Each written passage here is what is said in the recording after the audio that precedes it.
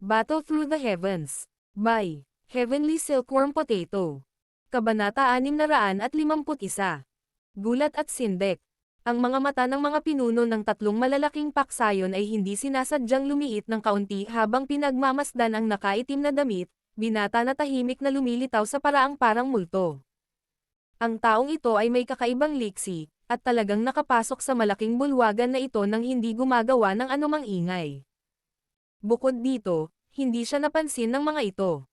Ang ganitong antas ng liksi ay talagang naging sanhi ng labis na takot sa iba.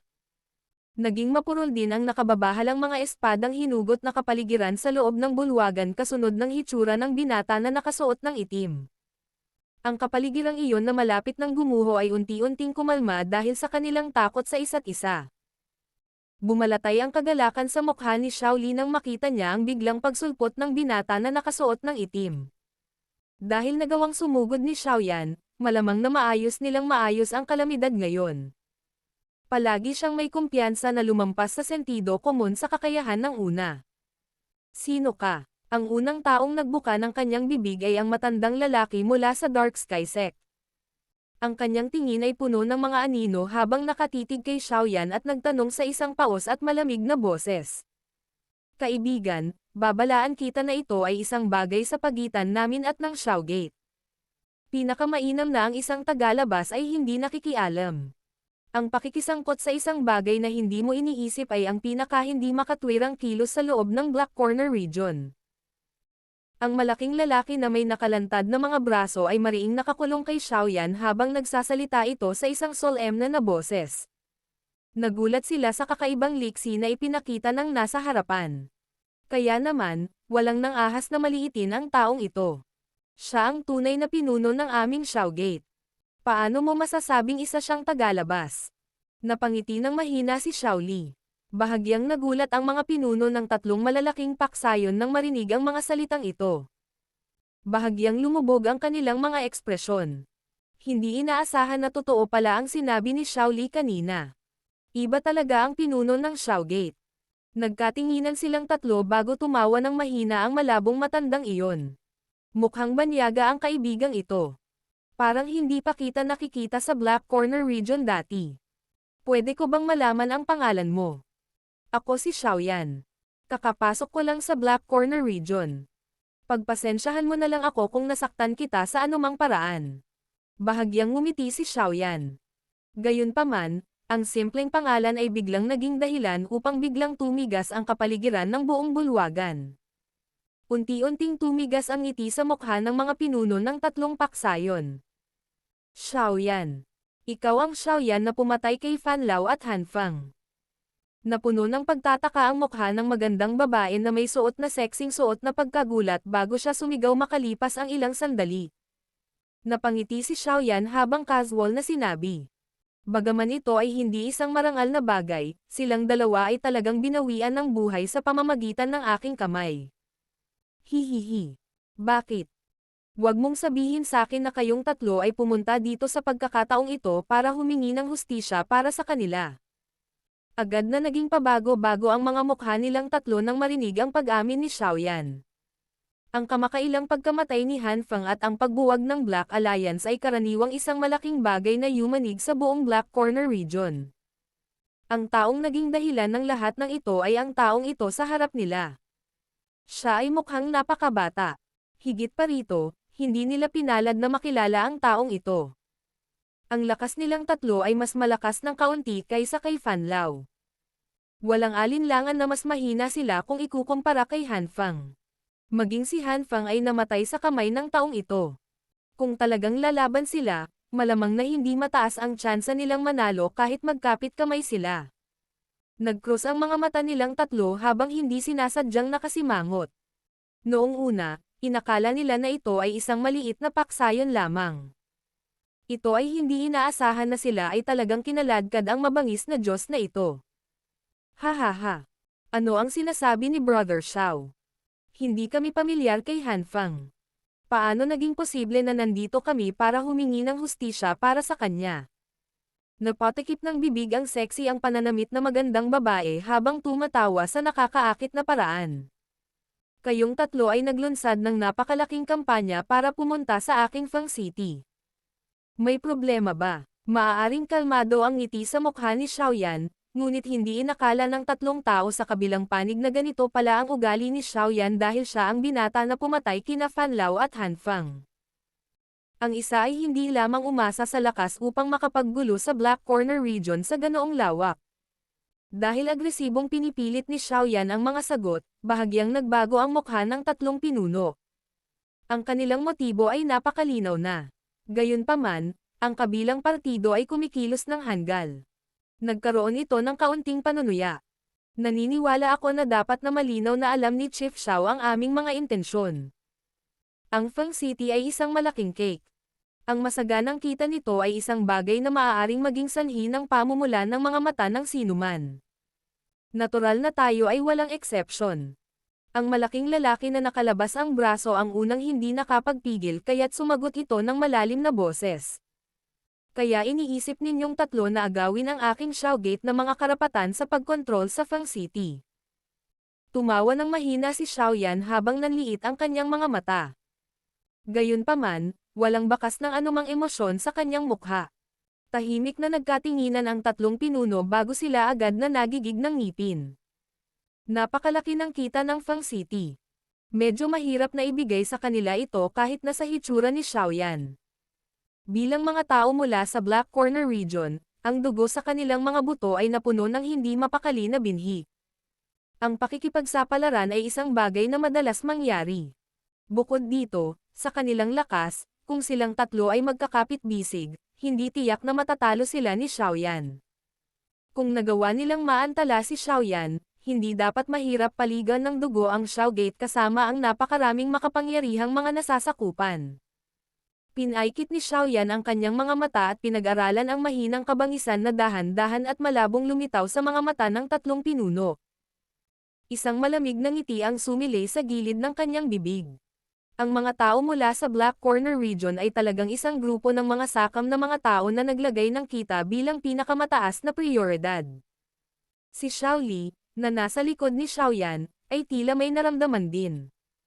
Unti-unting naging malamig ang ekspresyon niya habang tahimik na nagbigay ng hand sign. Ang malaking grupo ng mga individual na nakaitim na nakadamit sa likod niya ay dahan-dahang humigpit sa kanilang mga armas. Isang magandang figure ang biglang lumitaw sa likod ni Xiaoyan nang walang anumang paunang babala ng ang kapaligiran sa bulwagan ay naging tahimik at tensyonado. Ang babaeng sumulpot ay agad na naging sanhi ng paninigas ng kapaligiran sa bulwagan.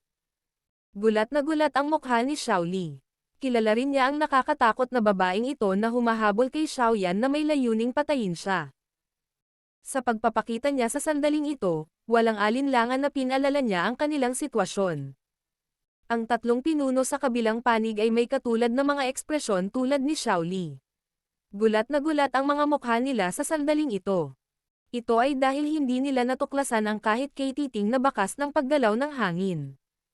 Para bang ang babaeng ito ay nakatayo roon nang hindi gumagalaw, para lamang ipakita ang kanyang sarili sa sandaling ito.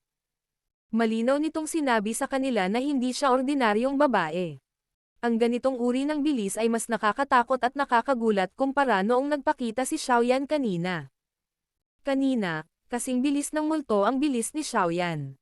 Gayunpaman, maaaring hindi bababa sa malabo na matukoy ng isa ang direksyong pinanggalingan niya.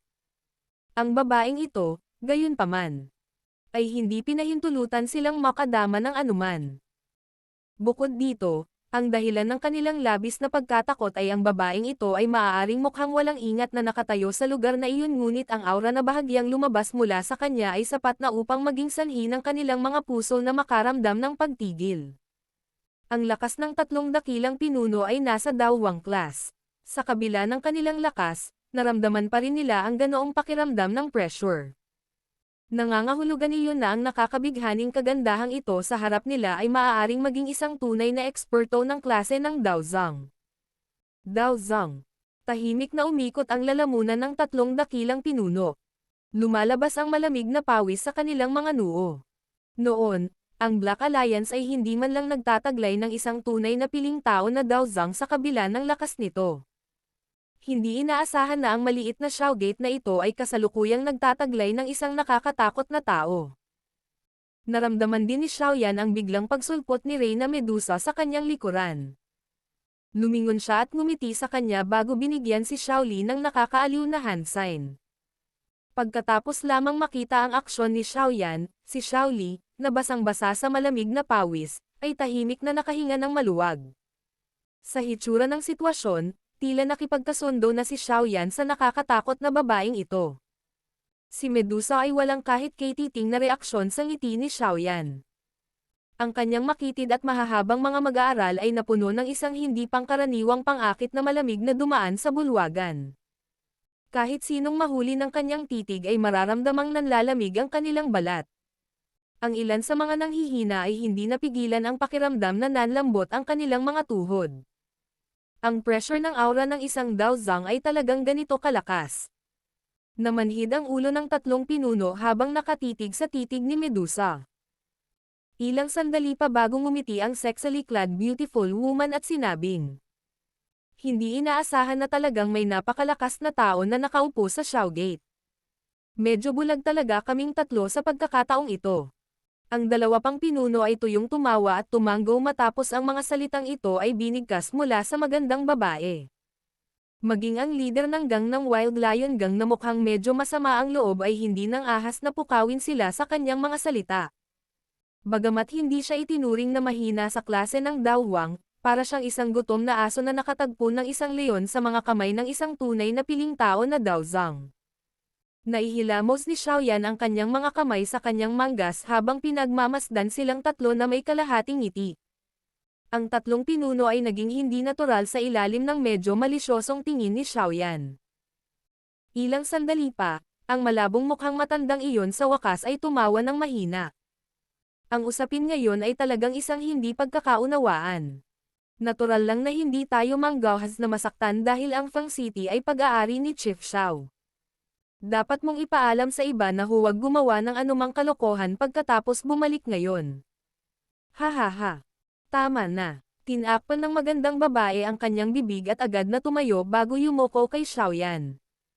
Nagsalita siya ng mapagmahal na tawa. Chief Xiao, mangyaring huwag isa puso ang aming pagkakasala ngayon. Tiyak na darating kami at hihingi ng tawad sa hinaharap. Gabi na ngayon. May mga bagay pa na kailangang ayusin sa sekta. Hindi ka na namin iistorbahin pa. Ang magandang babaeng ito ay nagmamadaling tumalikod pagkatapos magsalita at agad na umalis sa lugar na ito, na nagdulot sa kanya ng matinding pagkabalisa. Nagmamadali ring tumayo ang dalawa pang nasa tabi niya na may balak na mabilis na umalis. Kayong tatlo hindi kailangang magmadali. Isang mahinang tawa ang naging dahilan upang agad nilang ihinto ang kanilang mga yapak sa pagkadismaya nang lalabas na sila ng pinto. Nagkatinginan sila. Ang tanging nagawa na lang nila ay ang pag-igting ng kanilang mga ngipin at lumingon upang tingnan ang nakangiting nakaitim na damit, binata sa bulwagan. Dahil ang tatlo sa inyo ay sobrang interesado sa Fang City, bakit hindi tayo makisali sa isang transaksyon sa negosyo? Kinabit ni Xiaoyan ang kanyang 10 daliri. Umalangaw-ngaw ang kanyang tawa sa loob ng bulwagan, dahilan para matigilan ang tatlong pinuno. Battle Through the Heavens. Kabanata 652. Pagtitipon ng mga katulong. Transaksyon sa negosyo. Anong uri ng transaksyon sa negosyo? Ang tatlong leader na orihinal na nag-aakalang gustong tumalikod sa kanila ni Xiaoyan ay natigilan nang marinig nila ang mga salitang lumabas sa bibig ni Xiaoyan. Agad nilang tanong na hindi sigurado. Napangiti si Xiaoyan at nag-isip saglit bago nagsalita ng dahan-dahan. Talagang napakayaman ng kita sa Fang City. Maaari kong payagan ang iyong tatlong paksayon na magkaroon ng bahagi sa Fang City. Ano ang gusto ni Chief Xiao na gawin natin? Nagkatinginan ang tatlong pinuno bago maingat na nagtanong ang malabong mukha. Hindi sila naniniwala na ang isang pay ay mahuhulog mula sa langit ng walang dahilan. Mayroon akong isang kaaway na medyo malakas. Bagamat mayroon na akong kumpiyansa na makipaglaban sa kanila dahil sa lakas ko ngayon, nangangailangan pa rin ako ng ilang mga katulong. Nakalak ang tingin ni Xiaoyan sa kanilang tatlo at mahinang tumawa. Kailangan ko lang kayong tatlong pinuno na tumulong sa akin sa oras na iyon. Si Xiaoli, na nakasimangot matapos marinig ang mga naunang salita ni Xiaoyan mula sa kanyang likuran, ay nagsimula ring magpahinga.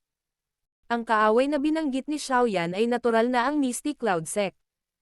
Malinaw na alam niya sa kanyang puso na kahit na tumaas ang lakas ni Xiaoyan, mahina siya sa bilang. Sa kabilang banda, ang Misty Cloud Sect ay mayroong maraming eksperto, at isang matibay na pundasyon. Sa pamamagitan lamang ng pag-asa sa kanilang ilang maliliit na scrim, nagkaroon ng walang magawang pakiramdam ng mga mayflies na nagtatangkang yugyugan ang isang malaking puno. Ang intensyon na sinabi niya kanina ay gusto niyang pumunta sa Black Corner region para palawakin at palakasin ang kanyang paksayon. Gayunpaman, kung aasa siya sa pamamaraang ito, mangangailangan man lang ito ng 1 taon bago nila makuha ang lakas para makipaglaban sa Misty Cloud Sect. Ang kasalukuyang pamamaraan ni Xiaoyan upang mangalap ng tulong ng iba pang mga paksayon sa loob ng Black Corner region ay magkakaroon ng pinakamabilis na resulta. Gayunpaman, kailangan nilang mawalan ng ilang kita. Wala ito kumpara sa awayan ng dugo na nilikha mula sa pagkawasak ng angkan. Kaaway. Nagulat ang 3 pinuno nang marinig ito. Medyo naging pabago-bago ang ekspresyon nila. Kailangan pa rin ni Xiaoyan na magtipon ng mga katulong sa kabila ng kanyang kasalukuyang lakas. Gaano kalakas ang kanyang kaaway? Bagamat mayaman ang kita ng Fang City, hindi magiging sulit kung sila ay mahaylas sa fire pit. Maaari ko bang malaman kung aling paksayon sa kontinente ang kaaway na binanggit ni Chief Xiao? Sa wakas ay hindi napigilan ng seksaliklad na magandang babae na ibuka ang kanyang bibig para magtanong mamaya.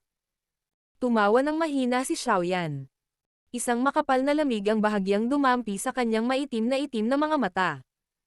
Kahit na ang pangkat na iyon ay nagtatago sa isang sulok na parang pagong sa lahat ng mga taon na ito, sa palagay ko ay dapat narinig ng lahat ang tungkol sa kanila. Jiama Empires, Misty Cloud Sect. Isang mahina at malamig na boses ang dahan-daang lumabas sa bibig ni Xiaoyan bago umalangaw-ngaw sa loob ng malaking bulwagan. Ang Misty Cloud Sect. Ang 3 pinuno ay mahinang ibinulong ang medyo pamilyar na pangalan sa kanilang mga bibig. Ilang sandali pa ay nagbago ang ekspresyon nila. Nagpalitan sila ng tingin sa isa't isa bago ang mukha ng anino na matandang iyon ay nagpahayag ng kanyang iniisip. Mukhang narinig ko na ang ilang balita tungkol sa paksayon na ito. Kung tama ang balitang nakuha ko, ang Misty Cloud Sect ay may elite na Daozang. Oo, nakakuha din ako ng ilang balita kanina na isang elite na Daozang ang lumitaw sa loob ng Jiama Empire. Ang kanyang pangalan. Parang tinatawag na Yunshan. Medyo naalala din ng sexy ang pananamit na magandang babae habang nagsasalita siya ng may solemn na ekspresyon. Hindi nagulat si Xiaoyan na narinig ng 3 pinuno ang Misty Cloud Sect. Bagamat ang Black Corner region ay 10,000 kilometro mula sa Jiama Empire, hindi ito magiging hadlang sa pagkalat ng ilan sa mga napakahalagang balita. Daozang. Ang isang eksperto sa klase na ito ay maaaring ituring na isang nangungunang eksperto kahit na inilagay sa buong kontinente ng Daoqi. Kaya naman, nagsimulang kumalat ang balita na parang apoy ng kumalat ito mula sa Jiama Empire. Nagkatinginan ang mga pinuno ng 3 malalaking paksayon. Ilang sandali pa, umiling sila sa medyo nahihiyang paraan. Ang malabong mukha na matandang lalaki ay awkward na ngumiti kay Xiaoyan at sinabing, Chief Xiao, hindi mo kami masisisi sa desisyong ito. Ang Black Corner region ay libu-libong kilometro mula sa Misty Cloud Sect. Kahit na sa aming bilis, malamang na mangangailangan ito ng hindi bababa sa 2 hanggang 3 buwan upang maglakbay roon at pabalik. Bukod dito, ang Misty Cloud Sect, kahit na ang buong lakas nito ay maituturing na malakas. Sa hilagang kanlurang rehiyon ng kontinente sa tingin ko ay hindi magiging madali ang paghihiganti kahit na sa tulong namin. Ang lakas ng Misty Cloud Sect ay maaaring ituring na malapit sa isang pangkat ng first tier kahit sa buong hilagang kanlurang bahagi ng kontinente. Kung ang mga first tier faction na ito mula sa Black Corner region ay ilalagay sa buong kontinente, halatang mababa ang ranggo nila. Kung gusto ng isa na makahanap ng isang paksayon sa loob ng buong Black Corner region, malamang na wala sa kanila ang makakalampas sa Misty Cloud Sect. Ang naunang Black Alliance ay maaaring maging magkabalikat sa Misty Cloud Sect, ngunit ito ay isang alyansa at hindi isang paksayon. Siyempre, kung nagawang tipunin ni Xiaoyan ang mga paksayon sa loob ng buong Black Corner region, natural na malalampasan niya ang Misty Cloud Sect. Gayunpaman, imposibleng magkaisa ang lahat sa magulong lugar na ito. Hihihi. Dapat matakot kayong tatlong pinuno na hindi kayang harapin ni Xiaoyan ang Misty Cloud Sect, at haantong kayong lahat sa gulo, tama ba? Hindi nagalit si Xiaoyan sa reaksyon ng mga taong ito. Tumawa lang siya ng mahina. Nahihiya namang ngumiti ang tatlo pero hindi nila sinubukang ipagtanggol ang sarili. Bukod sa Yunshan, ang Misty Cloud Sect ay hindi magkakaroon ng higit sa 3 elite na dawang sa kabuuan. Ang natitira ay halos ilang elder sa dawang o dowling class, at walang dapat ikatakot mula sa kanila. Ang mga lower level na disciples ay walang anumang banta. Tumawa si Xiaoyan sa mahinang boses. Nagtataglay din kami ng isang elite na dawzang. Para kay Dawang, mayroon bang mas malakas kaysa kay Hanfang? Kaya, kailangan lang nating maghanap ng ilang katulong na kwalipikadong tumulong sa atin na labanan ang malalaking puwersa ng Misty Cloud Sect. Hindi ito mahirap para sa inyong tatlo. Kumikislap ang mga mata ng tatlong pinuno, ngunit nanatili pa rin silang tahimik. Talagang grupo sila ng mga tao na walang gagawin nang hindi nakikita ang gantimpala. Bahagyang nagsalubong ang mga kilay ni Xiaoyan nang makita niya ang nagkakaisang katahimikan ng 3 taong ito. Agad siyang umiling nang walang magawa at sinabing, ang ambisyon ng Xiaogate ay hindi tumitigil sa Fang City. Tiyak na patuloy tayong laganap sa Black Corner region sa hinaharap. Dahil sa aming lakas, ang mga kita na makukuha namin sa hinaharap ay hindi mabilang na mas malaki kaysa ngayon. Kung kayong tatlo ay handang tumulong sa akin, hindi ko malilimutan ang malaking cake na ito pagdating sa hinaharap. Isang kumukulong init ang bumalot sa puso ng tatlong pinunong ito nang marinig nila ang mga salita ni Xiaoyan. Sa kasalukuyan, ang Xiaogate ay nagmamay-ari kay Xiaoyan at ang misteryosong Daozang sa likod niya. Lumampas na ang lakas nito sa Black Alliance noon. Malamang na walang paksayon sa loob ng Black Corner region na makakalaban sa kanila. Kaya naman, ang mga salitang ito ni Xiaoyan ay walang alinlangan na naakit sa kanila. Gayunpaman, ang maldito na Misty Cloud Sect na iyon, ay hindi isang ordinaryong nilalang. Napangiti muli si Xiaoyan nang makita ang pagbabago ng ekspresyon ng tatlong tao. Ang kanyang boses ay mahinang nagpakawala ng huling mabisang gamot. Dapat narinig ninyong lahat ang Mighty Huang Pil, hindi ba? Agad na napaangat ang ulo ng tatlong pinuno nang tumunog ang mahinahong boses. Ang kanilang mga titig ay nakatitig ng mariin kay Xiaoyan at ang kanilang mga mata ay napuno ng ligaw na saya. Ang Mighty Huang Pil ay isang medicinal pill na kilala na nasa tuktok ng Tier 6 na medicinal pill. Ang epekto nito ay napakasimple. Ang paggamit nito ay magbibigay daan sa isang piling tao na dawwang na itaas ang kanyang lakas ng 1 o 2 bituin sa loob ng maikling panahon. Bukod dito, ang Mighty Huang Pil ay may ibang gamit. Maaari nitong pinuhin ang mga buto ng isang tao. Ang natitirang lakas ng gamot pagkatapos ng pagtaas ng lakas ng isang tao ay makakatulong sa pagpapalakas ng katawan ng taong nakakonsumo nito. Bagamat ang ganitong uri ng pagpapalakas ay hindi maikukumpara sa uri ng nakakatakot na pagpapalakas na naranasan ni Xiaoyan sa ilalim ng lupa, mapapalaki pa rin ito ng malaki ang kakayahan ng isang tao sa pakikipaglaban. Sa madaling salita, ang epekto ng Mighty Huang Pil, at ang Dao Spirit Pill ay magkatulad. Gayunpaman, ang Dao Spirit Pill ay kapakipakinabang lamang sa isang dawang, habang ang Mighty Huang Pil ay may mahusay na paggamit sa isang piling dawang. Bukod dito, mayroon itong karagdagang epekto ng pagpapalakas ng mga buto ng isang tao. Kahit na walang ganitong epekto, isa pa rin ito sa mga medicinal pill na pinakahinahangad ng isang elite na dawang. Masyadong kaakit-akit sa kanila ang pang-akit ng pagtaas ng lakas ng 1 o 2 bituin. Dapat itong malaman na kapag ang isa ay umabot sa antas ng isang dawang, ito ay hindi isang pangkaraniwang bagay para sa ilan sa mga sawi na nahihirapang itaas ang kanilang lakas ng isang antas kahit na pagkatapos ng ilang taon. Ang isang nakapagpapagaling na tableta na maaaring magpataas ng lakas ng isang tao ay palaging nagtataglay ng pinakadakilang pang-akit. Kaya naman, hindi itinago ng tatlong pinuno ang pagnanais sa loob ng kanilang mga puso. Ang ganitong uri ng medicinal pill ay hindi isang bagay na hindi nila naisip. Gayunpaman, malamang na si Han Fang lamang ang may kakayahang pinuhin ito sa loob ng buong Black Corner region. Gayunpaman, hindi sila kailanman nagkaroon ng magandang relasyon ni Han Fang. Kaya naman, natural na imposible para sa kanya na gugulin ang pagsisikap na pinuhin ang ganitong uri ng medicinal pill para sa kanila. Ito ang dahilan kung bakit nabuhayan ang kanilang mga puso nang banggitin ni Xiaoyan ang pangalang ito. Nagagawang pinuhin ni Chief Xiao ang Mighty Huang Pill. Ang ligaw na saya sa mga mata nilang tatlo ay unti-unting naglaho makalipas ang ilang sandali. Ang leader ng Wild Lion Gang na walang armas ang unang nagtanong ng hindi sinasadya. Ang dalawa pang tao ay nagmamadaling ibinato ang kanilang tingin kay Xiaoyan nang marinig nila ang mga salitang ito. Ang isang Mighty Huang Pill ay isang Pick Tier 6 na medicinal pill. Noon, kahit ang tsansa ni Han Fang na magtagumpay kapag pinipino ito ay hindi masyadong mataas, lalo na itong napakabatang Xiaoyan. Hindi ko ito babanggitin sa harap ninyong tatlo kung hindi ko alam kung paano ito pinuhin. Napangiti si Xiaoyan.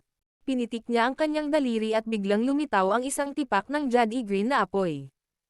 Agad na tumaas ang temperatura ng buong bulwagan kasunod ng paglitaw ng apoy. Maging ang hangin ay naging lubhang tuyo. Ito ay Heavenly Flame. Nanliit ang mga mata nilang tatlo habang nakatingin sa mga butil ng jade green na apoy. Ang kanilang mga paa ay hindi sinasadyang umatras ng ilang hakbang. Bilang mga piling dawhang, malinaw na alam nila kung anong uri ng nakakatakot na lakas ang taglay ng isang Heavenly Flame. Sa kabila ng kanilang lakas, magiging lubhang mahirap kung hahawakan nila ang kahit kaunting bagay na ito. Natural lang para sa akin na magkaroon ng aking kapital upang mapatay si Han Fang. Tumingin si Xiaoyan sa tatlong tao habang nagsasalita siya ng may mahinang ngiti. Ang kanyang mahabang daliri ay mabilis na sumayaw habang ang maliit na butil ng madilim na berdeng apoy ay masunuring nananatili at sumasayaw sa paligid ng kanyang daliri. Dahil kaya ko siyang patayin, natural lang na nalampasan ko siya. Bakit hindi ko mapino ang mga bagay na kaya niya? Kung sumang-ayon kayong tatlo sa aking kondisyon, tiyak na ibibigay ko ang Mighty Huang Pill kapag matagumpay na naayos ang usapin. Bukod dito, lahat kayo ay maaring kumita sa Black Corner region na magdudulot ng inggit sa inyo ng iba. Ano ang masasabi ninyo? Ang mahinang tawa ni Xiaoyan ay damapo sa tenga nilang tatlo, dahilan para unti-unting naging magaspang at mabigat ang kanilang paghinga. Bahagyang namula ang kanilang mga mukha habang ang mga mata ay umiikot sa pabago-bagong paraan. Ang kanilang mga puso ay nahulog din sa isang malaking labanan. Tumigil si Xiaoyan sa pagsasabi ng anuman sa harap ng hidwaan ng tatlong taong ito. Pinaikit niya ang kanyang mga mata at hinintay ang huling sagot ng tatlong taong ito. Tahimik ding tumaas ang temperatura ng tipak ng dark green na apoy sa kanyang daliri kasabay ng kanyang mood habang naghihintay siya. Sa wakas ay nakabawi ang tatlong pinuno sa kanilang pakikibaka nang tumaas ang temperatura ng bulwagan sa isang tiyak na antas. Nagkatinginan sila bago tuluyang nagngangalit ang kanilang mga ngipin at marahas na tumango. Gagawin nilang lahat at naghahanap ng kayamanan kahit sa gitna ng panganib. Sige, gagawin namin ang sinabi mo. Battle Through the Heavens. Kabanata 653. Pagtitipon ng mga sangkap na gamot. Ang tatlong pinuno ay sa wakas ay tumango at sumang-ayon sa ilalim ng pang-akit ng Mighty Huang Pill na hindi nila mapigilan. Si Xiaoyan ay natural na nakahinga ng maluwag sa kanyang puso nang makita niyang naabot niya ang kanyang motibo. Matapos talakayin ang ilang simpleng hakbang sa kanilang tatlo tungkol sa kanilang matutuluyan sa Fang City, pinayagan niya silang magpaalam sa kanya at umalis. Agad na nawalan ng laman ang malaking bulwagan pagkatapos umalis ang malaking nagbabantang grupo ng mga tao na pinamumunuan ng tatlong pinuno. Nang makitang napagkasundoan na ang lahat, iwinagayway ni Xiao Li ang kanyang kamay at ipinahiwatig na tumayo ang kanyang mga nasasakupan. Ikatlong kapatid, bagamat pumayag na ang mga taong ito sa ating kondisyon, dapat pa rin nating bantayan silang mabuti. Karaniwan na para sa mga tao sa Black Corner region na bumalik sa kanilang mga salita. Dahan-daang naglakad si Xiao Li papunta sa gilid ni Xiaoyan. Ang kanyang tingin ay malabo na sumulyap kay Medusa bago siya kumunot ang noo at nagsalita sa malalim na boses. Hihihi. Natural lang ito. Kung hindi dahil narito si Medusa ngayon, malamang na hindi sila pumayag ng ganoon kadali sa ating mga kondisyon. Natatawang sabi ni Xiaoyan. Medusa. Nagulat si Xiaoli nang marinig ang pangalang ito. Parang may naalala agad siya. Nagulat ang kanyang mukha nang bigla siyang sumigaw. Siya ang Reyna Medusa mula sa lahi ng Ahas people sa loob ng malawak na disyerto ng Tiger. Matagal nang nagkagulo sina Xiaoli at Xiaoding sa gilid ng disyerto noon. Kaya naman, siya ay lubos na pamilyar sa Reyna Medusa na ito na lubos na kilala sa kanyang kagandahan at bangis. Gayunpaman, hindi niya inasahan na ang Reyna Medusa na labis na kinatatakutan ng buong Jiama Empire ay ang nakakaakit na kagandahang ito sa tabi niya. Itago mo ito. Ngumiti si Xiaoyan at ikinaway ang kanyang kamay. Pagkatapos nito ay ikinulong niya ang kanyang mga kamay patungo sa malamig at walang malasakit na Medusa sa kanyang tabi at nakangiting sinabi. Sa pagkakataong ito, maraming salamat. Gusto mo tulungan kitang labanan si Yunshan. Ang mga magagandang mata ni Medusa ay sumulyap kay Xiaoyan habang siya ay malamig na tumawa. Bakit kita tutulungan? Si Yunshan ay kasalukuyang isa ring elite na Daozang. Hindi ko kailangang pukawin ang napakalakas na kalaban. Walang ingat na ngumiti si Xiaoyan habang mahinang nagsalita. Napagkasunduan namin ang mga tuntunin ng aming pagtutulungan noon. Hindi mo maaaring tanggihan ang aking kahilingan sa mga mahahalagang sandali. Kamahalan, hindi mo malilimutan ang mga salitang binitawan mo noon, tama ba? Niloloko mo na naman ako. Ang mga kilay ni Reyna Medusa ay patayo habang ang isang malamig na boses na nagpapamanhid ng buto na naglalaman ng ilang galit ay tunog. Napabuntong hininga si Xiaoyan at umiling. Ilang sandali pa, nagsalita siya sa mahinang boses.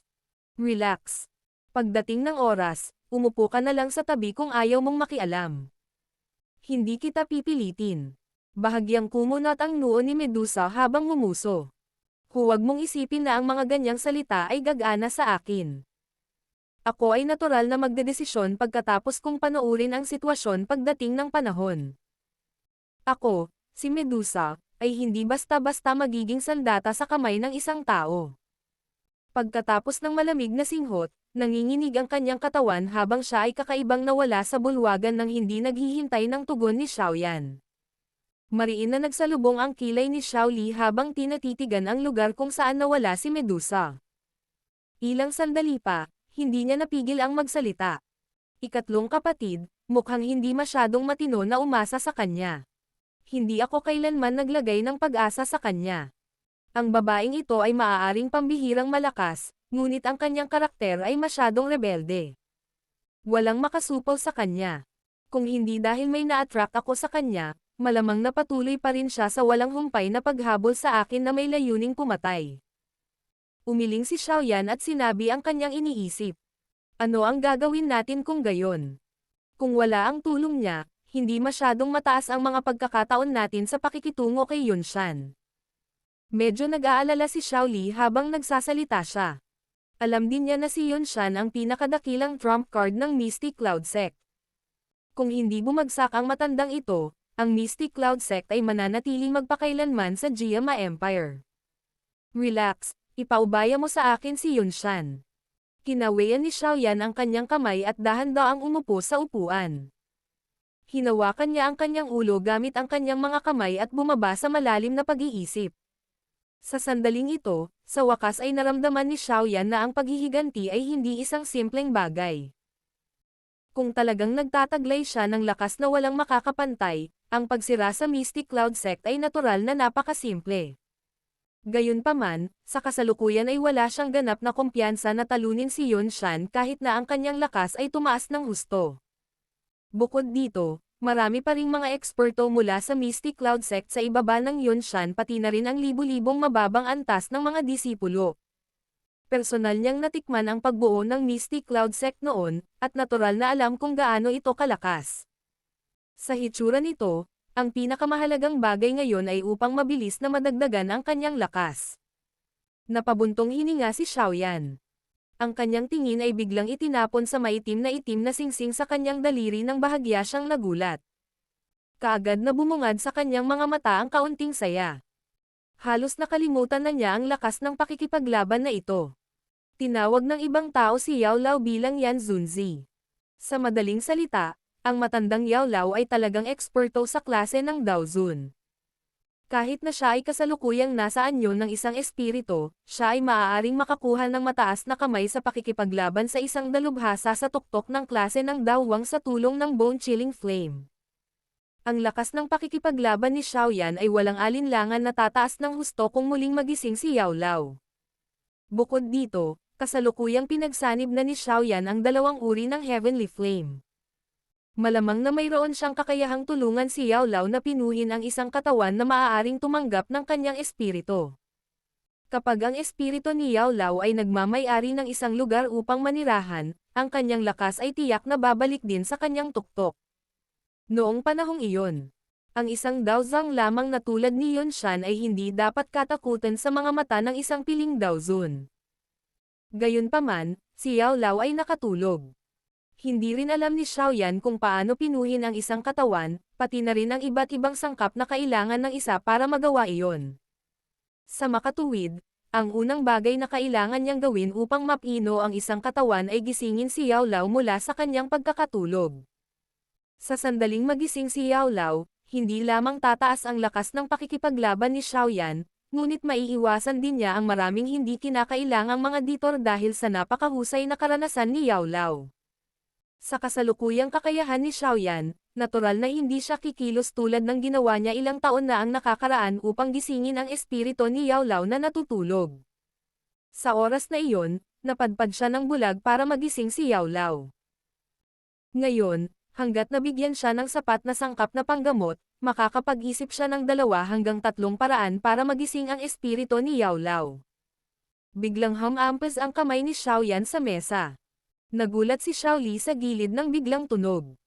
Inangat ng huli ang kanyang ulo at natigilan habang nakatingin sa biglang tuwa sa mukha ni Xiaoyan.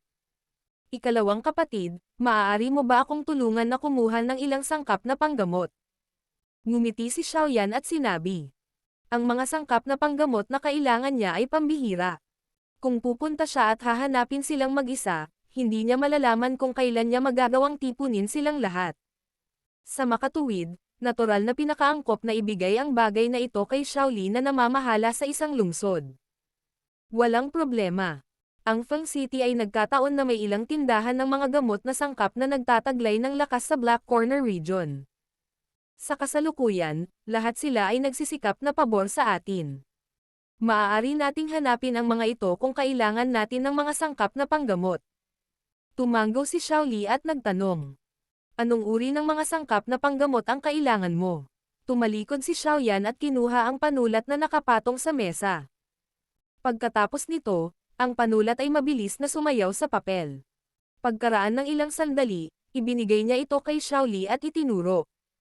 Mas mainam kung mahahanap natin ang lahat ng mga sangkap na panggamot na ito.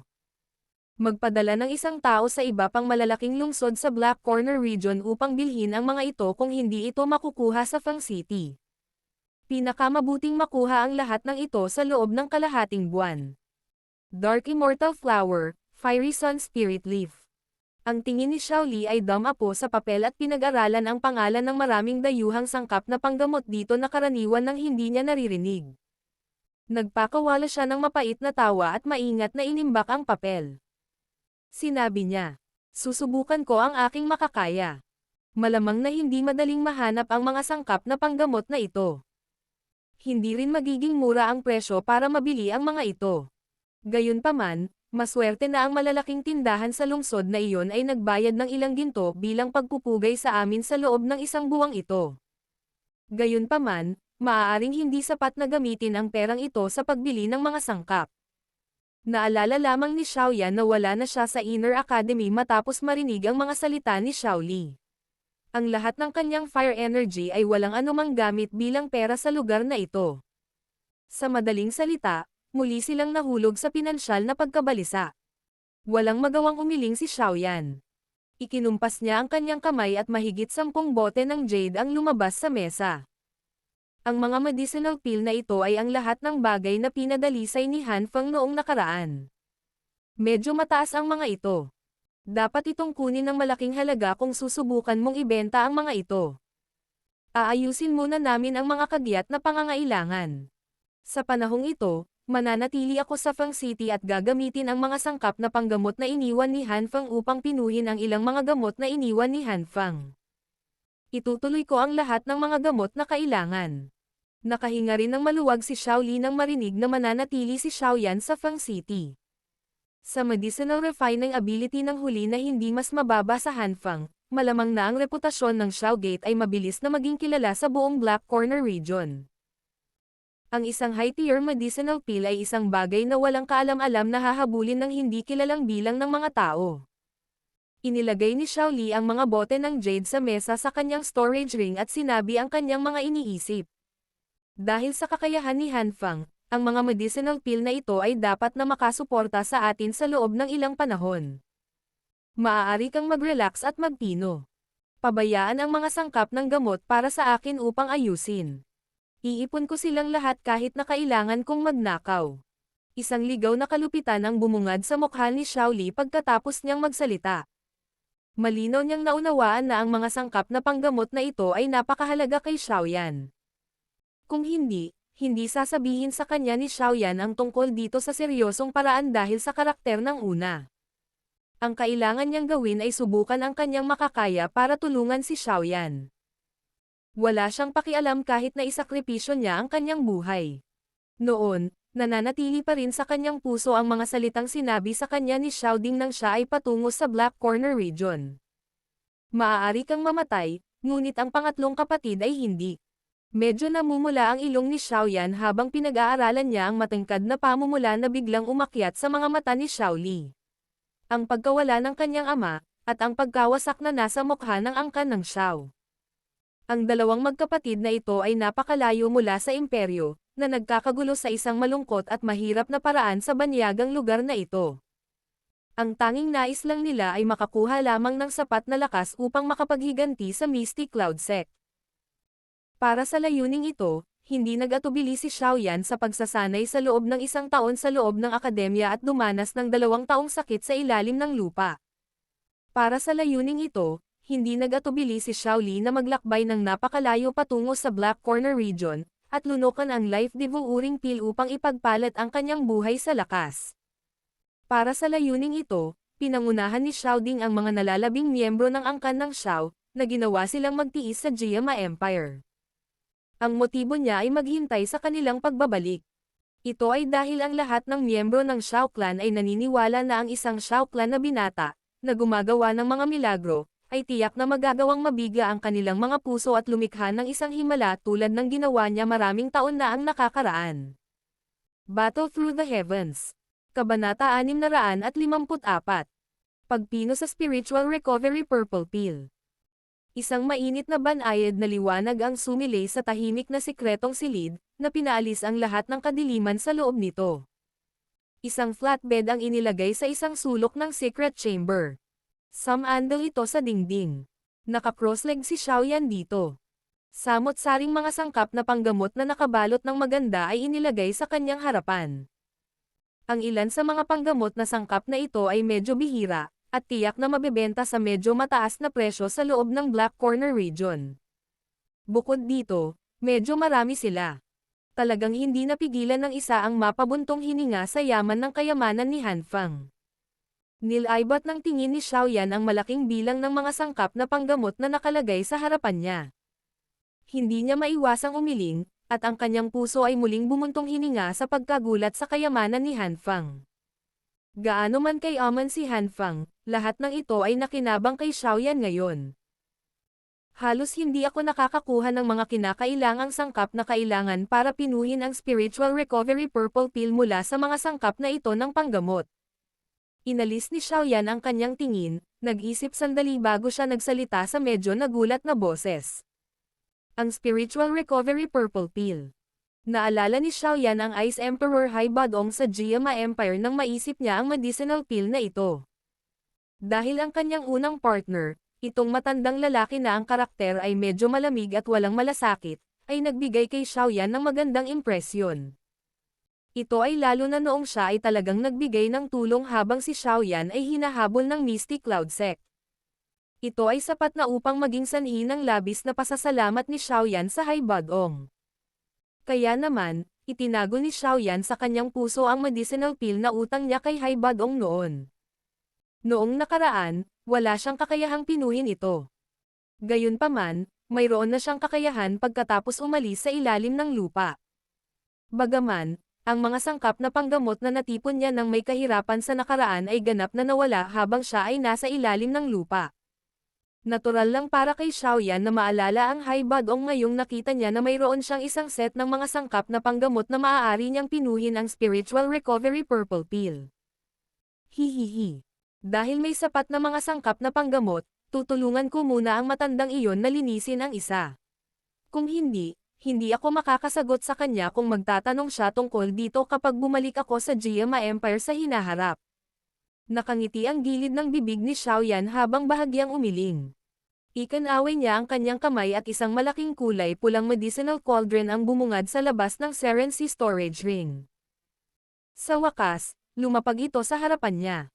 Malaki ang sukat ng kalderong panggamot na kulay pula. Ang katawan nito ay natatakpan ng iba't ibang uri ng mga natatanging linya. Nakaukit dito ang iba't ibang parang buhay na mabangis na hayop na guhit. Ang kanilang mabagsik na malalaking bibig ay nakabuka, at kung isasara ng isa ang kanyang tainga sa tabi nito upang makinig, ang isa ay makakarinig ng ilang kakaibang dagandong na mahinang ibinuga mula sa nakapagpapagaling na kaldero. Ang mga hindi pangkaraniwang katangiang ito ay nagpahiwatig na ang pulang-pula na kaldero ay hindi pangkaraniwan. Ang kulay pulang kaldero na ito ay natural na hindi pag-aari ni Xiaoyan. Ito ay isang bagay na iniwan ni Hanfang. Sa hitsura nito, ito ay isang bagay na ginamit ng huli upang pinuhin ang mga table tasks. Ang taong ito ay namumuno sa Black Corner region, at nakakuha ng lubos na mga benepisyo. Dahan-daang tinapik ng kamay ni Xiaoyan ang kulay pulang medicinal cauldron. Ang malinaw na tunog ng metal na nagbabanggaan ay kaaya-aya na umalangaw-ngaw sa lihim na silid. Dahil dito, tumanggaw si Xiaoyan ng may kasiyahan at tumawa ng mahina. Bagamat hindi alam ni Xiaoyan ang pinagmulan ng Crimson Medicinal Cauldron na ito. Malinaw niyang batid na maliban sa tinatawag na Black Demon Medicinal Cauldron, na nireranggo sa Heavenly Cauldron Rankang, ang iba pang mga medicinal cauldron na ginamit niya ay maaaring ilarawan lamang sa salitang basura kung ihahambing sa kalderong ito. Pinitik ni Xiaoyan ang kanyang daliri, at lumitaw ang isang tipak ng dark green na apoy sa dulo nito. Agad na tumaas ang temperatura ng secret chamber kasunod ng paglitaw ng apoy. Gayunpaman, natural na hindi ito naging hadlang kay Xiaoyan. Nakatuon ng husto ang kanyang tingin sa medicinal cauldron. Pagkaraan ng ilang sandali, ikanaway niya ang kanyang kamay, at ang madilim na berdeng apoy ay lumabas bago tuluyang sumunod sa labasan ng apoy ng pulang-pula na kalderong panggamot upang pumasok dito. Ang madilim na berdeng apoy ay biglang lumaki pagkatapos makapasok sa nakapagpapagaling na kaldero, na naging isang mabangis na apoy na nalanta at pumailan lang. Ang madilim na berdeng apoy ay mabilis na umusbong sa loob ng nakapagpapagaling na kaldero, at paulit-ulit na nagpakawala ng nakakatakot na temperatura. Gayunpaman, hindi alintana kung paano tumaas ang temperatura na ito, ang pulang-pula na medicinal cauldron ay patuloy na hindi nagpapakita ng aktibidad. Sa kabila ng nakakagulat na mataas na temperatura sa loob nito, ang panlabas na ibabaw nito ay kasing lamig pa rin ng hangin sa labas. Magandang kaldero. Nag-aapoy ang init ng mga mata ni Xiaoyan habang nakatitig sa malaking bagay na ito. Ilang sandali pa, hindi na niya napigil ang ibuka ang kanyang bibig para purihin. Bagamat hindi pa niya sinisimulan ang pagpino ng isang tabletang panggamot, nahulaan pa rin niya kung gaano kalaki ang maitutulong ng medicinal cauldron na ito sa pagpipino ng mga table tasks sa pamamagitan ng kanyang eksperimento. Maaaring sabihin ng isa na ang paggamit ng nakapagpapagaling na kaldero upang pinuhin ang mga table tasks ay malamang na mapataas ng kaunti ang tagumpay ng pagpipino. Para sa isang alchemist, anong bagay maliban sa isang medicinal cauldron na maaaring magpataas ng mga pagkakataong magtagumpay sa pagpipino ng mga table tasks na nagtataglay ng higit na pang-akit? Ang temperatura sa loob ng medicinal cauldron ay unti-unting umabot sa ninanais na antas ni Xiaoyan habang umiikot ang madilim na berdeng apoy sa loob nito. Sa panahong ito, Paulit-ulit ding binasa ni Xiaoyan ang paraan ng pagpino para sa Spiritual Recovery Purple Pill. Ipinasa na ni Yao Lao sa kanya ang formula ng gamot noon. Gayunpaman, hindi siya kailanman gumawa ng aksyon upang pinuhin ito dahil sa kanyang kakayahang magpino na napakahirap noon. Unti-unting naging nakatuon ang isip ni Xiaoyan matapos niyang basahin ang formula ng gamot para sa Spiritual Recovery Purple Pill ng ilang beses sa loob ng kanyang ulo. Ikinumpas niya ang kanyang manggas at ang ilang mga sangkap na panggamot ay mahusay na itinapon sa mabangis na apoy sa loob ng nakapagpapagaling na kaldero. Ang mga sangkap na panggamot ay kakapasok pa lamang sa medicinal cauldron nang magsimula itong matuyo sa bilis na nakikita ng mata sa ilalim ng mataas na temperatura. Bagamat nalanta ang mga dahon ng mga sangkap na panggamot, unti-unting naglalabas ng iba't ibang kulay na likido ang core area nito.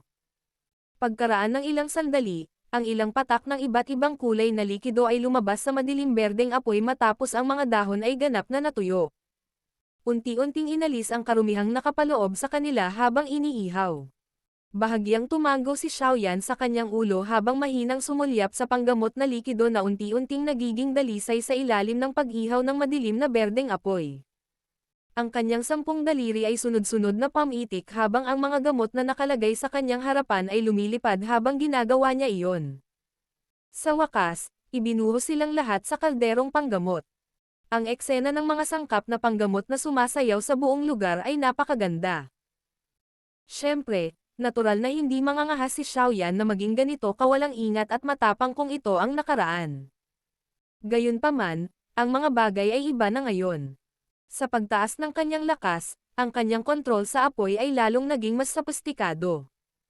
Ang kanyang kasalukuyang kakayahan kasama ang tulong mula sa dark green na apoy na ipinanganak mula sa pagsasanib ng dalawang uri ng heavenly flames at ang crimson cauldron na iniwan ni Han Fang, malamang na ang tsansa na magtagumpay ni Xiaoyan ay aabot sa isang mataas na antas kahit na pinipino ang isang tier 6 na medicinal pill. Sunod-sunod na nahulog ang mga sangkap ng gamot sa medicinal cauldron.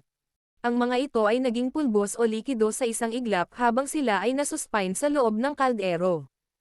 Sa pagdaloy ng panahon, makikita na ang iba't ibang likido at pulbos na panggamot na nasuspine sa loob ng medicinal cauldron ay tumaas. Ang pagpino sa mga likidong panggamot na ito ay lubhang naubos ang espiritual na lakas ng isang tao. Sa mga kaklase ni Xiaoyan, malamang na si Xiaoyan lang ang kayang magwaldas ng ganoon kalaking halaga. Kung ibang tao iyon, malamang na hindi maglalakas loob ang taong iyon na magpagulo ng ganito. Ang mga mata ni Xiaoyan ay matamang nakatitig sa iba't ibang panggamot na likido at pulbos na nasuspine sa loob ng medicinal cauldron. Pagkaraan ng ilang sandali, ang panghuling sangkap na panggamot ay sa wakas ay itinapon ni Xiaoyan sa panggamot na kaldero. Ang isipan ni Xiaoyan ay unti-unti ding naging mataimtim matapos niyang ihagis ang panghuling sangkap na panggamot sa kalderong panggamot. Noong nakaraan, natural na kailangan ni Xiaoyan na hatiin ang pagpipino ng mga sangkap na panggamot na ito sa maraming hakbang. Gayunpaman, sa kasalukuyan ay nagawa niyang itapon ang lahat ng ito sa medicinal cauldron ng sabay-sabay at nakapagpanatili din ng iba't ibang tindi ng apoy upang pinuhin ang bawat isa sa mga sangkap na ito ng gamot. Ang ganitong uri ng tagumpay ay isang bagay na hindi maihahambing sa nakaraan. Ang espiritual na lakas ni Xiaoyan ay dumagsa sa medicinal cauldron. Ang uri ng mataas na temperatura na kapaligiran ay hindi naging hadlang sa kanyang espiritual na lakas. Sa halip, ang mainit na pakiramdam na iyon ay naging sanhi ng kanyang espiritual na lakas na makaramdam ng ginhawa tulad ng isang isda na pumapasok sa tubig. Ang mga medicinal liquid na iyon na nasuspine sa loob ng medicinal cauldron ay ganap na kinokontrol ni Xiaoyan matapos ang kanyang spiritual strength na dumagsa dito. Ilang sandali pa, bumantong hininga si Xiaoyan at biglang nagbago ang kanyang handsil. Ang isang catalysta ay lumilitaw na idinagdag sa orihinal na mainit na madilim na berdeng apoy sa loob ng medicinal cauldron matapos magbago ang kanyang handsil. Isang sobrang nakakatakot na temperatura ang biglang sumabog. Ang mga panggamot na likidong iyon ay nagsimulang mabilis na sumangga sa ilalim ng nakakatakot na temperaturang ito. Ang mga dumi na nakapaloob sa loob ng mga likido ay ganap na nilinis at inalis kasunod ng pagsingaw ng mga panggamot na likido. Magsama-sama. Isang mahinang sigaw ang lumabas sa bibig ni Xiaoyan. Kaagad, Ang 12-dosenang iba't ibang kulay na likidong panggamot at mga pulbos na panggamot sa loob ng medicinal cauldron ay nagsimulang hilahin ng isang bagay at mabilis na pinagsama. Sa wakas sila ay nagsimulang umikot ng ligaw. Ang kasing laki ng kamao na nabuo na likidong katawan ay dahan-daang lumiit habang nasusunog ito ng mataas na temperatura ng nakapalibot na madilim na berdeng apoy. Pagkalipas ng 2 hanggang 3 oras, ang laki ng kamao na nabuo na medicinal liquid ay kasinlaki na lamang ng isang hinlalaki. Ang pag-ikot nito ay nagsimulang unti-unting bumagal, at ang isa ay malabo na makita ang hugis ng embryonic medicinal pill na nagsimulang dahan-daang lumitaw. Nakahinga ng maluwag si Xiaoyan nang makita niya ang hugis ng embryonic medicinal pill. Bagamat ang spiritual recovery purple pill ay isang tier 6 medicinal pill, hindi masyadong mataas ang mga kinakailangan para pinuhin ito. Ang epekto ng panggamot na tabletang ito ay masyadong kakaiba. Maliit na bilang lamang ng mga tao ang nangangailangan nito. Ito ay walang silbi para sa karamihan ng mga tao na makuha ito. Kung tatalakayin ang halaga nito, ang isang spiritual recovery purple pill ay hindi maihahambing sa isang Dao spirit pill. Ang temperatura ng madilim na berdeng apoy ay unti-unting nabawasan. Sa wakas, naging kumpol ito ng apoy na kasing laki ng kamao na nasuspine sa ilalim ng embryonic pale purple medicinal pill. Ang unti-unting pagbabawas ng temperatura ay dahan-daang nakumpleto ang huling hakbang ng pagpino ng isang panggamot na tableta. Paggawa ng isang pill. Sa dahan-daang pagkawala ng temperatura, ang panlabas na anyo ng embryonic medicinal pill na kulay lila ay umikot din at makinis. Bukod dito, nakakuha ito ng mayamang kinang. Isang hindi pangkaraniwang halimuyak na panggamot at isang energy ripple ang biglang lumabas mula sa medicinal cauldron makalipas ang 1 oras. Noon lang dahan-daang binuksan ni Xiaoyan ang kanyang mga mata. Kaagad siyang nagulat nang makitang ang enerhiyang ripple at kulay ubing halimuyak na tumataas mula sa kulay ube na tabletang panggamot ay nasa loob ng pulang-pulang medicinal cauldron. Hindi sila nakatakas kahit gaano pa sila katok. Ang medicinal cauldron na ito ay talagang nagagawa ring itago ang hindi natural na phenomenon na lumilitaw kapag nabuo ang isang tier 6 na medicinal pill.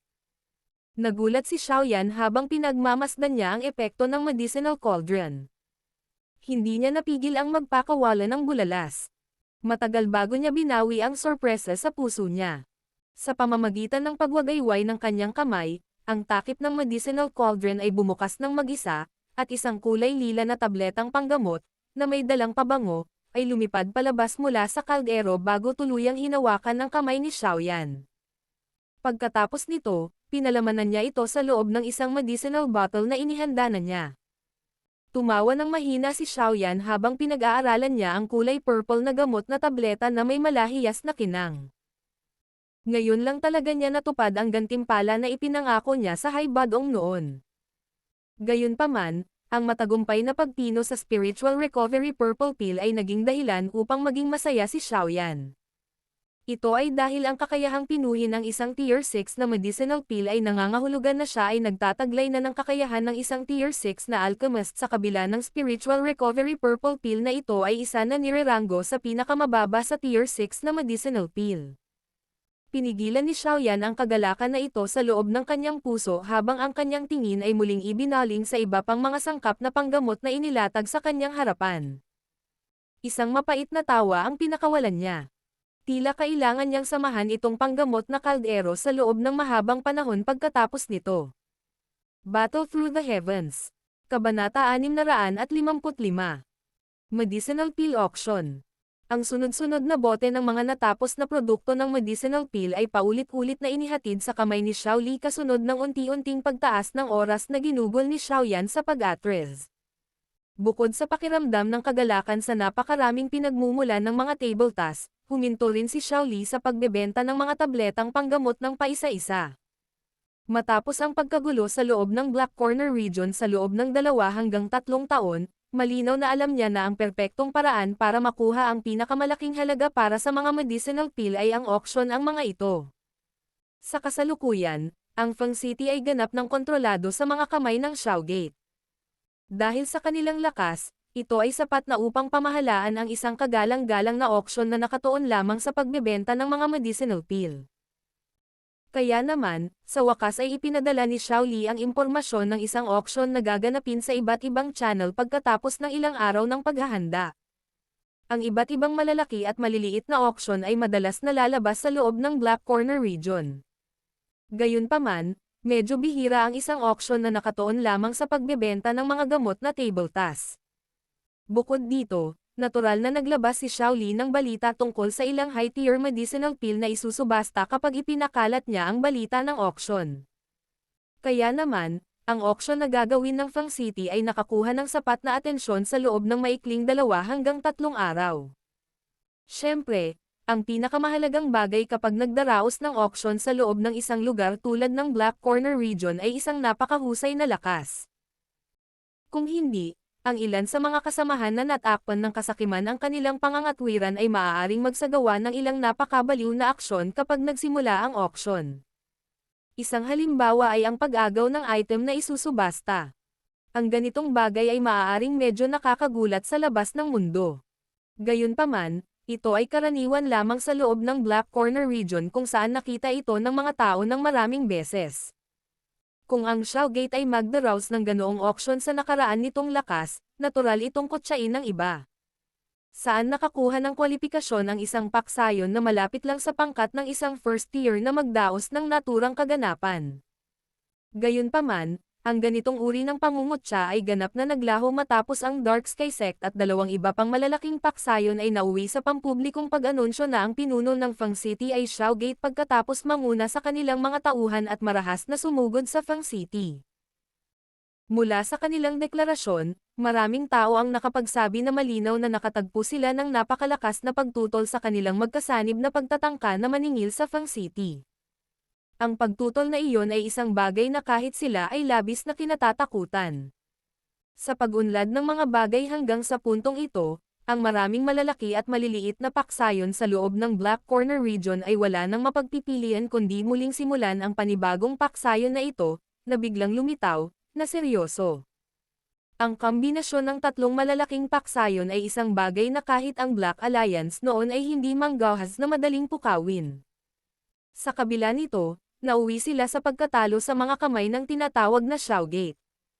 Naging sanhi ito ng pagkaligaw ng mga imahinasyon ng maraming tao. Ang mga tao sa loob ng Black Corner region ay lubos na nakakaalam kung anong uri ng mga karakter ang taglay ng mga pinuno ng 3 malalaking paksayon. Ito ay hindi labis na sabihin na ang kanilang mga taktika ay mabisyo at ang kanilang mga pag-uugali ay sira-sira.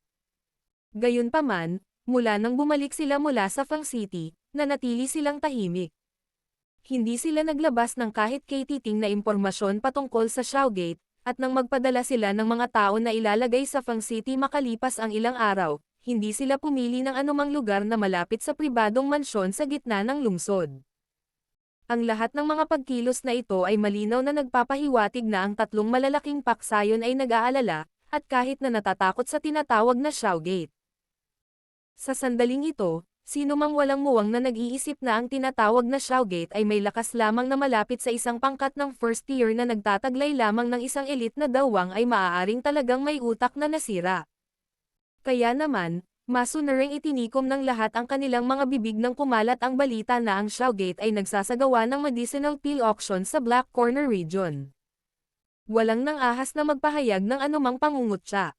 Bukod dito, hindi nagtagal, maswerte ang ibang paksayon na nanatili silang tahimik matapos ipahayag ng 3 malalaking paksayon na magpapadala sila ng mga katulong upang tumulong sa pagpapanatili ng kaayusan sa Fang City. Ang Xiaogate na ito ay tila talagang nagtatago ng nakakatakot na lakas na naging dahilan ng pagkatakot ng 3 malalaking paksayon. Siyempre, anuman ang ugali ng iba pang paksayon sa Xiaogate, kahit papaano, higit sa kalahati ng Black Corner region ang nakakaalam na ang Fang City ay nagsasagawa ng isang mahusay na medicinal pill auction dahil sa mga aksyon ni Xiaoli. Ang dumaraming bilang ng mga tao ay nagsimulang sumugod mula sa buong Black Corner region habang papalapit ang auction. Halos lahat ay may malaking interes para sa mga tabletang panggamot. Bukod dito, ang ganitong uri ng medicinal pill auction ay isang bagay na lumalabas sa Black Corner region sa unang pagkakataon. Sa makatuwid, natural na nakakaakit ito ng maraming tao. Ang mga tao sa Fang City ay umabot na sa isang nakakatakot na bilang isang araw bago ang auction. Lumagpas pa ito sa peak period noong nasa paligid pa ang Black Alliance. Mula dito, makikita kung gaano kamatagumpay ang ideya ni Xiaoli ng isang auction na nagdadalubhasa sa mga medicinal pill. Natural na ipinaalam ni Xiaoli kay Xiaoyan ang isang malaking bagay tulad ng pagdaraos ng auction. Malinaw ding naunawaan ni Xiaoyan na ang naturang auction ay mangangailangan ng isang eksperto sa isang tiyak na antas sa paligid. Kung hindi, tiyak na lilito ang problema. Kaya naman, itinigil niya ang kanyang mapurol na pagpipino ng tableta isang araw bago magsimula ang auction at tahimik na nakipag-usap kay Reyna Medusa sa mahabang panahon. Noon lamang siya lubos na napanatag. Lumipas ang oras at sa wakas ay nagsimula ang medicinal pill auction sa gitna ng mga inaasahan ng hindi mabilang na bilang ng mga tao. Sa araw na ito ay bumukas, maraming tao na nakasuot ng itim, na naglalabas ng masaganang madugong pabango mula sa kanilang mga katawan, na nakatayo sa paligid ng lugar ng auction na parang mga estatwa, na nagbibigay sa lahat ng pakiramdam ng pressure at takot sa kanilang mga puso. Tumingin si Xiaoyan sa mala-torrent na daloy ng tao mula sa isang mataas na lupa kung saan makikita niya ang kabuuan ng maluwang na auction ground sa ibaba at bahagyang tumango. Pangatlong kapatid, ginugol ko na ang lahat ng aking pagsisikap at sa wakas ay natagpuan at na-order ko na ang lahat ng mga sangkap na panggamot na kailangan mo. Gayunpaman, nangangailangan ito ng malaking halaga para makuha ang mga produkto. Kung magiging maayos ang pag-usad ng auction, hindi lamang natin makukuha ang lahat ng sangkap na panggamot, ngunit ang ating Xiaogate ay magkakaroon din ng malaking halaga ng pera. Nakangiting nagsalita si Xiaoli sa tabi habang nakatingin sa ibabang lupa ng may kasiyahan. Oo, nakahinga ng maluwag si Xiaoyan nang marinig ito. Ngumiti siya at tumango. Talagang maraming may kakayahang tao sa loob ng Black Corner region. Ang mga sangkap na panggamot na hiniling niya ay halos hindi karaniwan at bihira. Ito ay hindi inaasahan na lahat ng mga ito ay talagang mabibili. Gayunpaman, magkakaroon din ng ilang problema ngayon. Biglang nagsalubong ang kilay ni Xiaoli at Bamulong. Anong problema? Tinaas ni Xiaoyan ang kanyang kilay at nagtanong ng walang pagbabago sa kanyang ekspresyon o tono. Masyadong malaki ang aktibidad na ginawa ko sa pagkakataong ito, at umakit ito ng maraming paksayon mula sa Black Corner region. Medyo marami sa mga paksayon na ito ang miyembro ng Black Alliance noon. Nabalitaan pa na dadalo rin ang Gold at Silver Brothers. Walang magawang sabi ni Xiaoli. Natatakot ka na lumikha sila ng gulo. Nakangiting nagsalita si Xiaoyan. Oo, ang mga taong iyon ay hindi ordinaryong tao. Lalo na ang Gold at Silver Brothers. Maaaring natatakot sila sa Jianan Academy, ngunit wala silang kahit katiting na takot sa atin. Tumango si Xiaoli bilang sagot niya. Relax. Dalawang matandang lalaki lang ang hindi mamamatay. Pangalawa kapatid, kailangan mo lang tiyakin na ang auction ay usad hanggang sa huli. Ipaubaya mo sa akin ang lahat. Ito. Sige. Medyo nag-alinlangan si Xiaoli nang marinig niya ito bago siya agad na tumango. Malaki ang tiwala niya kay Xiaoyan. Kahit na ang uri ng walang katulad na mabangis na babae tulad ni Reyna Medusa ay pinigilan niya, lalo na ang mga taong ito.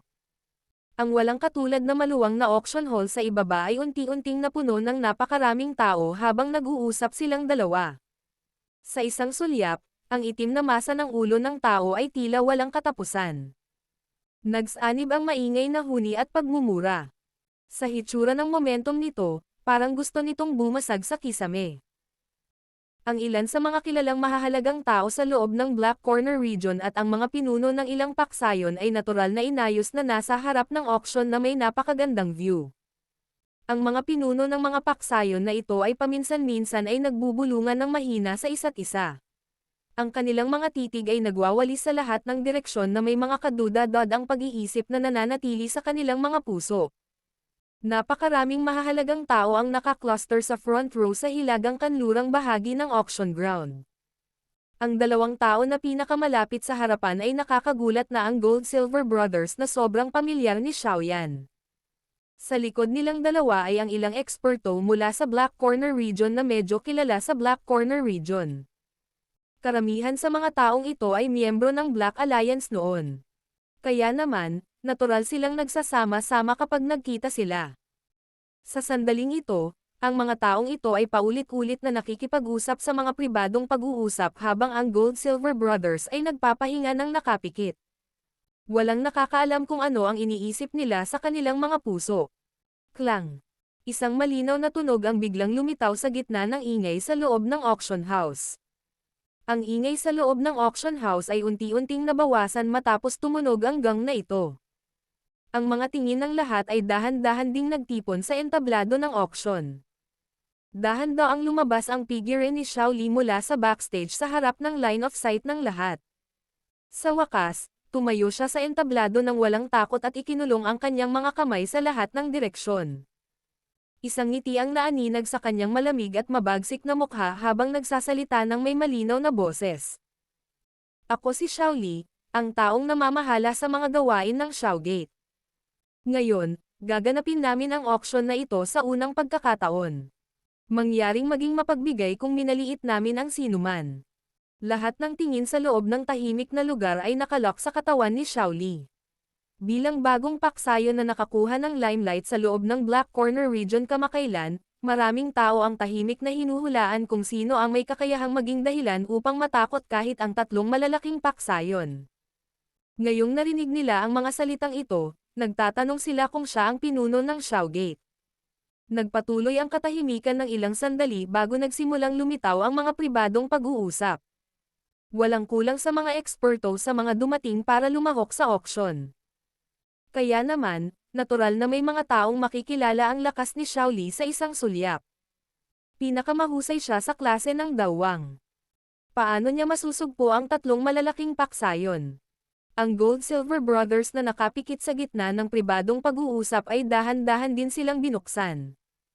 Nalantad ang pangungutya sa kanilang mga mata habang sinulyapan nila si Xiao Li sa entablado. Malamig na tumawa ang isa sa kanila.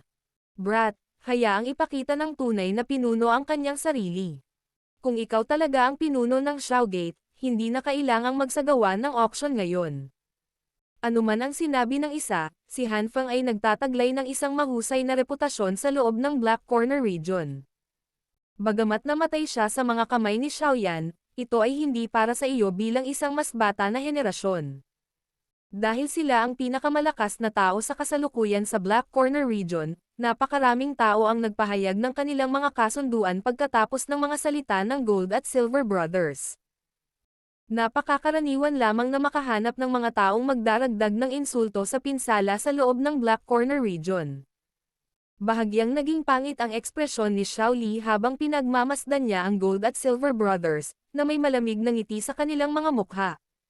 Magsasalita na sana siya makalipas ang ilang sandali ng isang mahinang tawa ang lumitaw at umalangaw-ngaw sa buong auction hall. Hihihi. Kayong dalawa. Dahil namatay si Han Feng sa aking mga kamay, ano ang masama kung kunin ko ang aking gantimpala?